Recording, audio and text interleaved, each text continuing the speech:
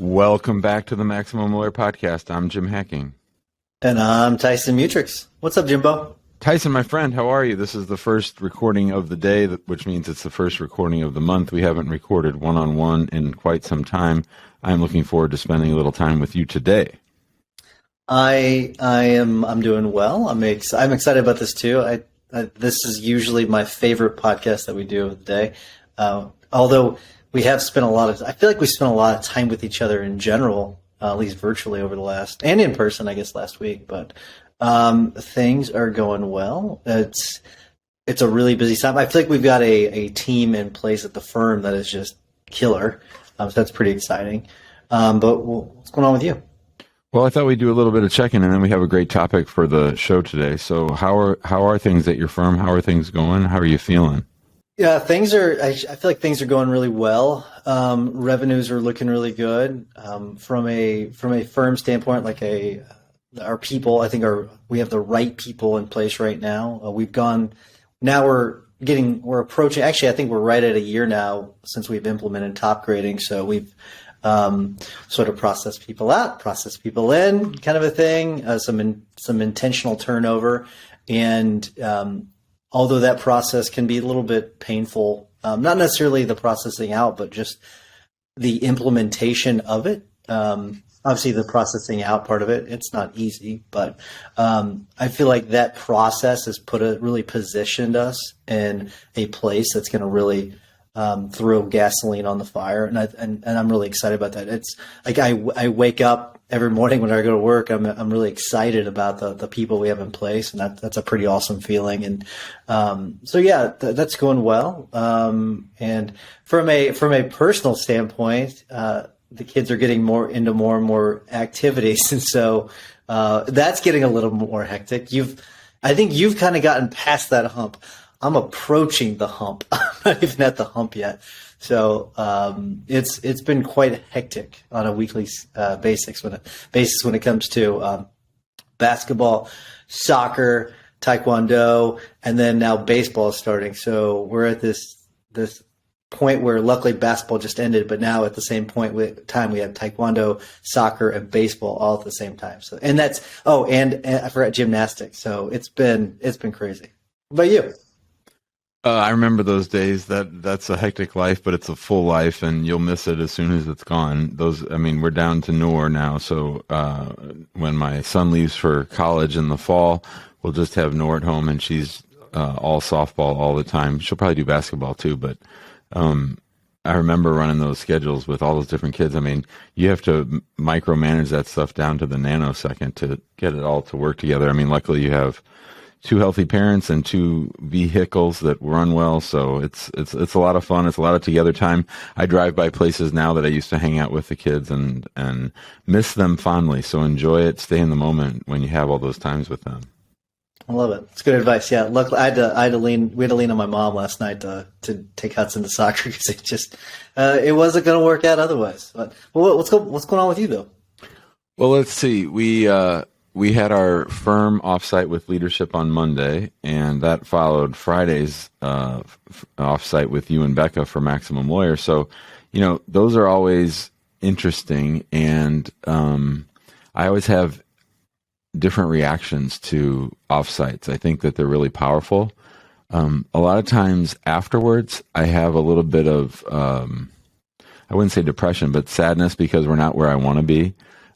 It's great to go over all the successes and all the things that you've accomplished, but at the same time, you can see the horizon, and it often feels like, of course, you can't ever reach the horizon, but it often feels like you're never going to get there, and that you're sometimes talking about things again that you've talked about before. Issues come back up, or just you see where things are and you see them in a new light and you talk it through. It's very energizing having those meetings with everybody, but at the same time, I always have a bit of a letdown, sort of like after going to a conference. But overall, the firm's doing great. We're up 50% year over year for the quarter, and things are rocking and rolling in most departments.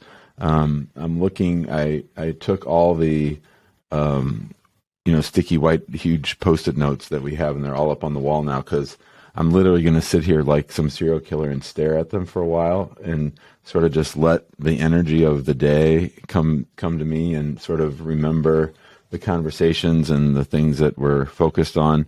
I think we came up with some good rocks, but I think there's some other things that the notes are saying to me. I just need to pull them out and sort of flesh those out and see what I'm going to be working on this quarter, because I've been spending a lot of time with the intake team, and we came up with a lot of good solutions. The intake team has turned things around for the most part.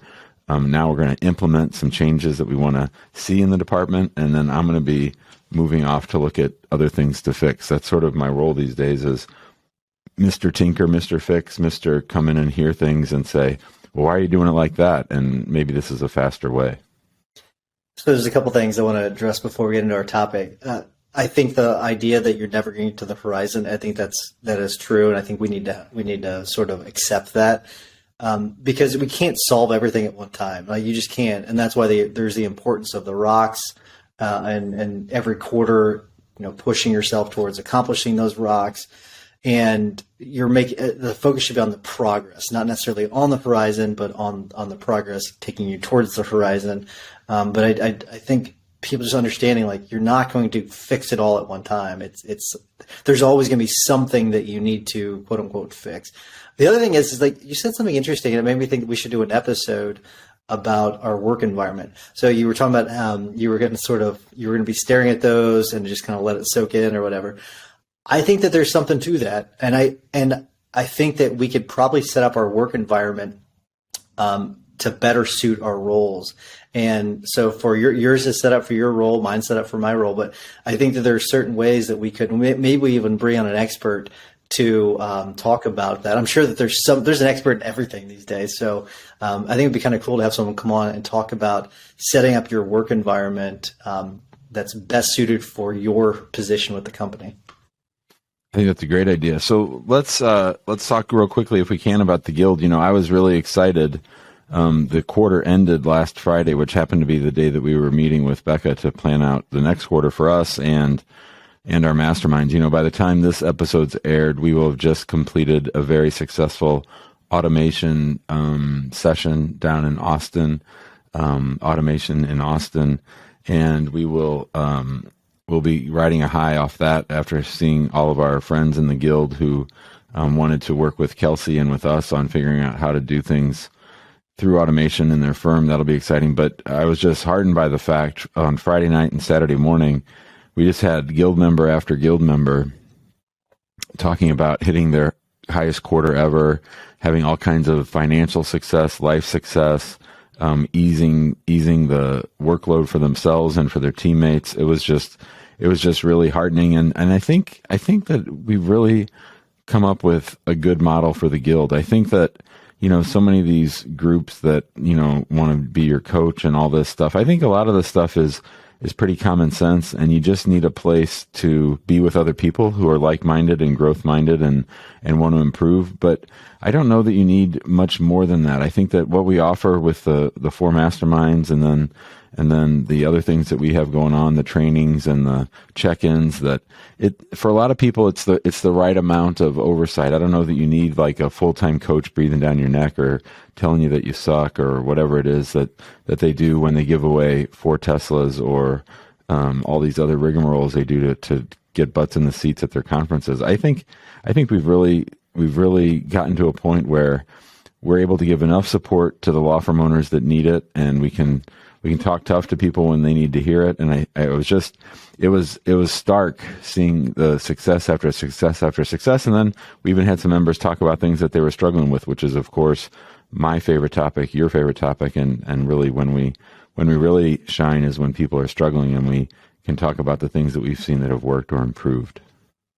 It really is the epitome of the rising tides raise all boats. I really think it is. And you're right about, I think some of it is just common sense, right? And some of this, every once in a while, you just need a little bit of a kick in the butt, which we provide. And sometimes you actually need help. And the people that need it, they get what they need when they need it, is kind of the way it works. And so if you're struggling with something, we throw you on the hot seat. Okay, let's figure out what the problem is. If you need something to, a group setting to sort of dig in on things, Well, we've got the masterminds, and then with those quarterly masterminds, we now added the learning component where you learn something pretty cool. And like, for example, like Boulder, we're bringing in Jason Selk, and Jason Selk's going to speak out in Boulder. So I think that there's a lot of cool things, and the expertise of other guild members is also just awesome too. So rising tides. But anyways, let's transition into our topic of the day, and that's this topic of red, yellow, green, which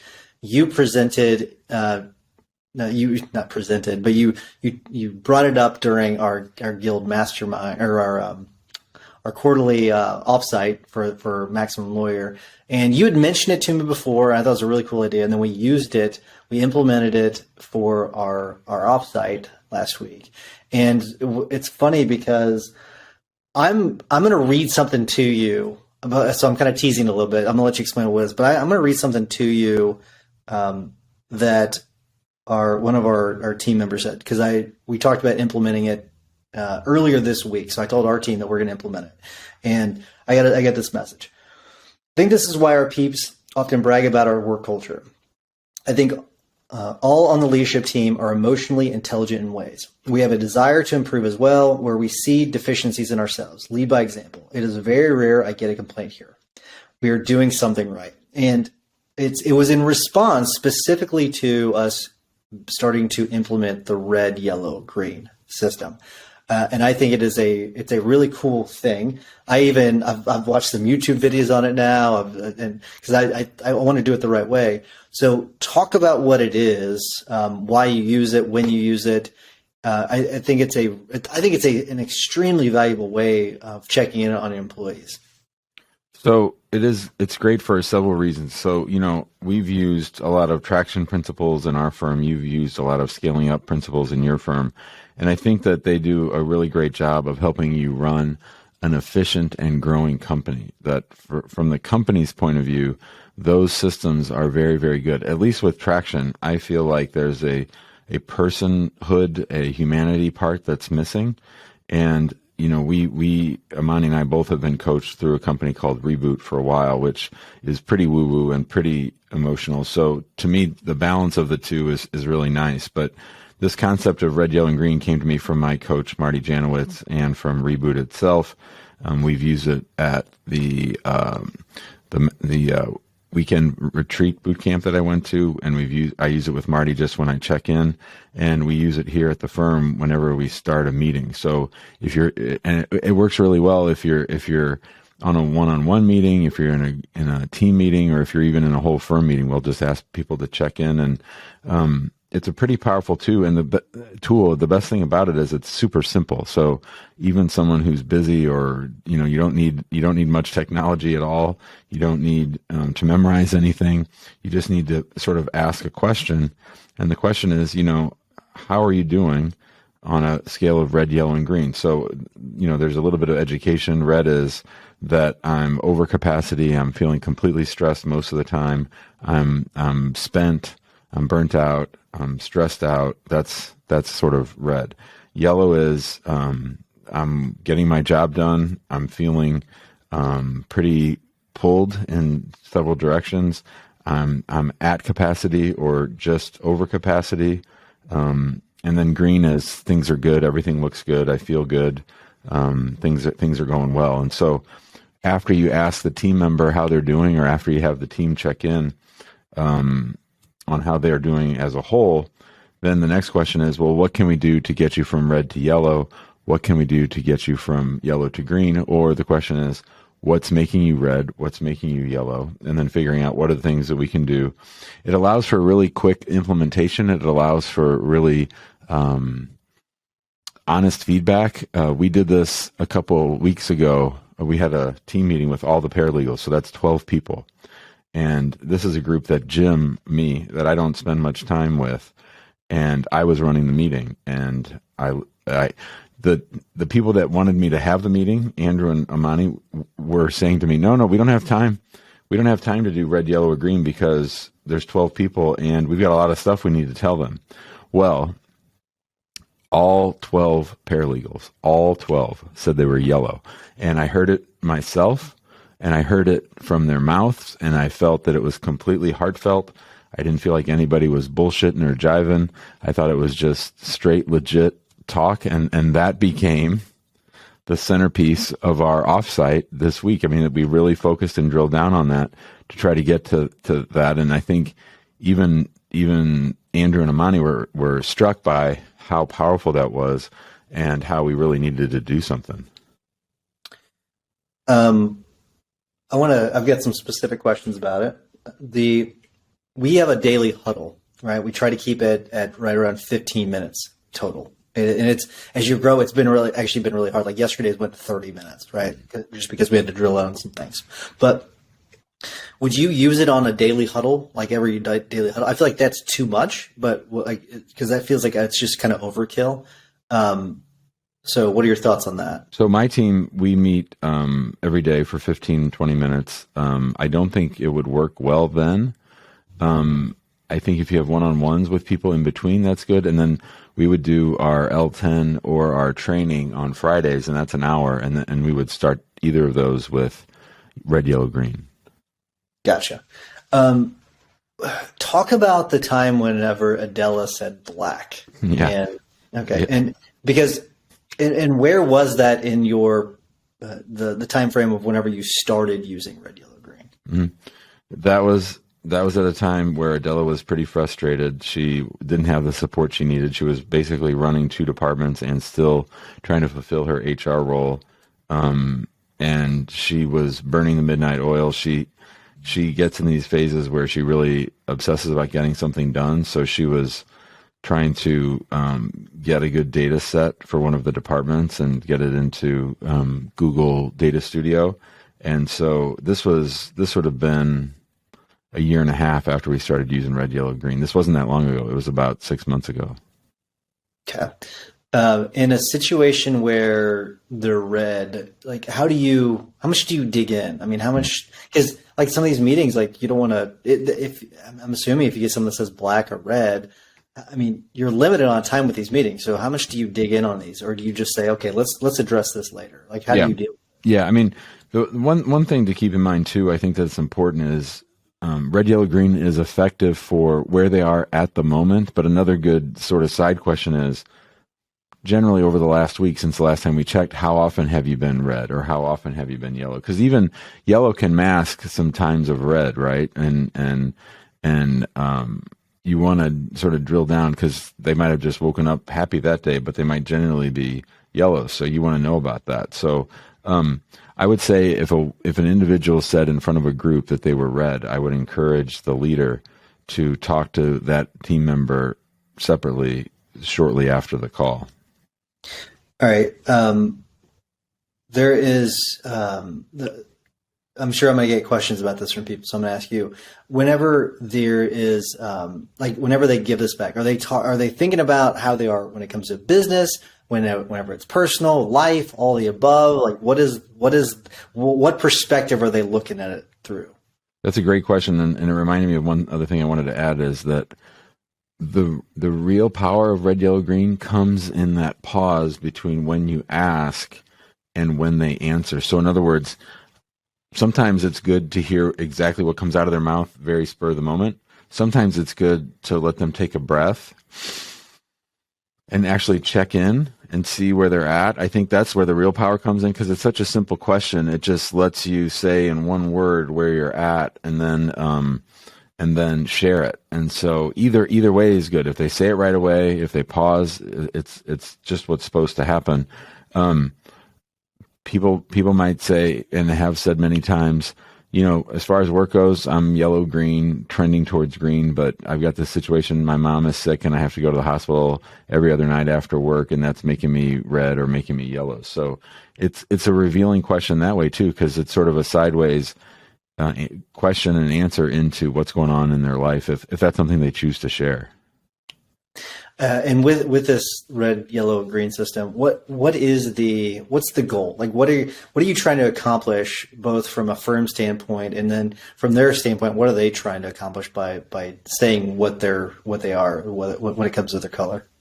Well, in our office, we have a lot of people who don't necessarily like confrontation. So sort of like Colby gives us the language we need to talk about people's personality differences.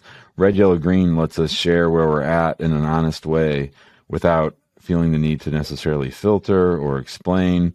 You can say as much or as little as you want. Some people just say, I'm yellow, and that's it. And that's all they want to say, and that's okay too. So I think the real goal is to fill that gap that traction doesn't offer, which is the human side, that you might have a really efficient machine, but the people running it have all the other stresses of life, and it lets you connect to wherever that is and wherever they're at.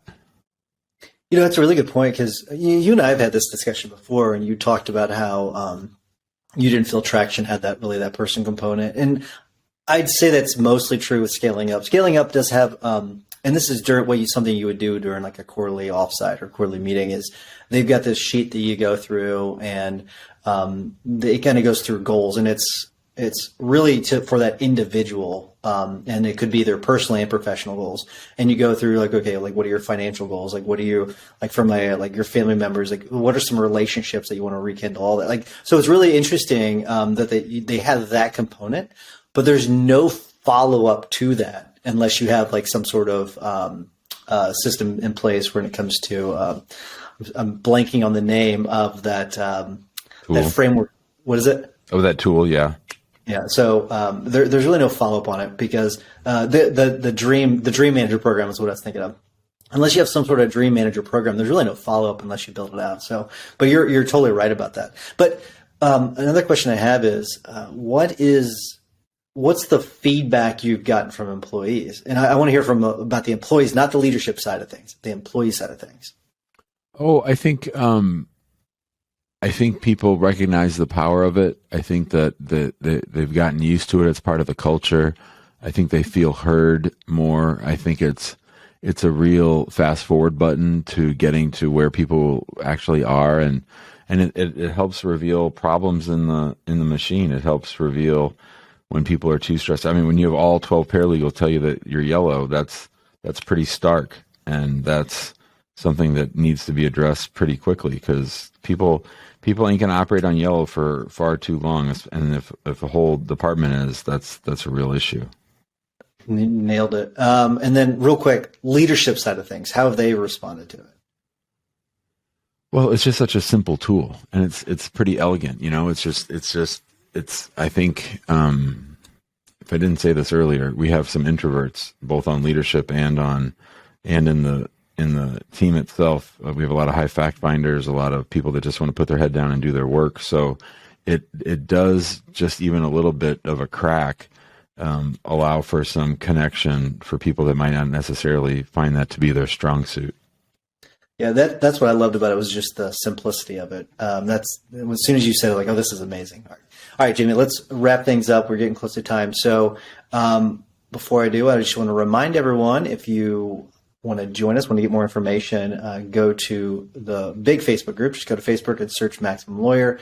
A lot of great information. If you want a more high-level conversation and want to learn a lot more, go to maxlawguild.com. We'd love to have you. There's a lot of great members in there that are willing to share a lot of their secrets. So be happy to have you there. And then while you're listening to the rest of this episode, if you don't mind, give us a 5-star review. We would greatly appreciate it. Jimmy, what's your hack of the week? So as we record this, we're about halfway through Ramadan, and I'm fasting every day. And I'm just going to give a plug for fasting, not for religious reasons, but just for body reasons and for focus reasons. To me, fasting is a great tool to use if you have a hard day coming up, if you need to be at your best, or if you need to really focus. It seems counterintuitive that you would turn your attention quickly to the food that's missing or the water that's missing. And of course you can fast with water.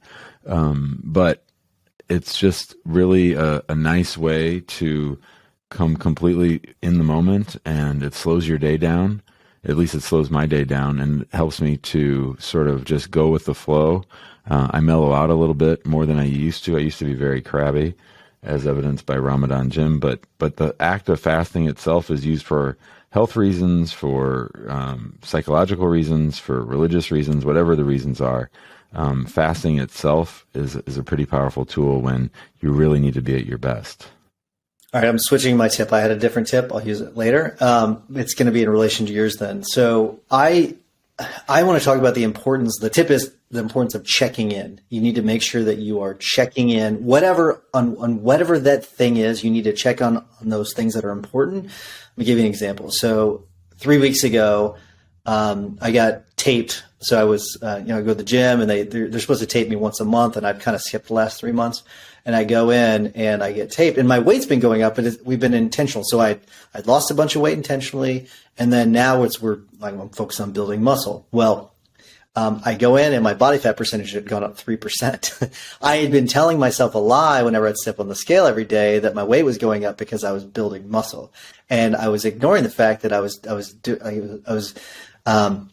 eating a bunch of snacks and desserts in between, and I wasn't focusing on things. And so I have reversed that over the last 3 weeks, and actually one of the tools I've used, and I've used it quite often over the last couple of years, is that intermittent fasting.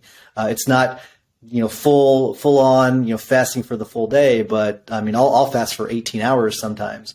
And this is something that once you've done it a few times, you can get into a flow of things, and it's actually not nearly as hard as what people think. But it would be much harder to do Ramadan for me, but doing the intermittent fasting, it's very effective. But the point though is to check in on whatever that thing is. It doesn't have to be your health. It could be work. It could be your kids. Whatever you're tracking that's important. Check in on those things on a regular basis. Don't go 3 months.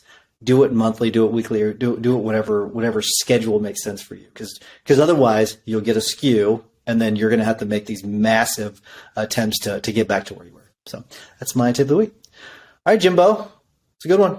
Good stuff, buddy. I'll talk to you soon. All right, see you, brother. Later.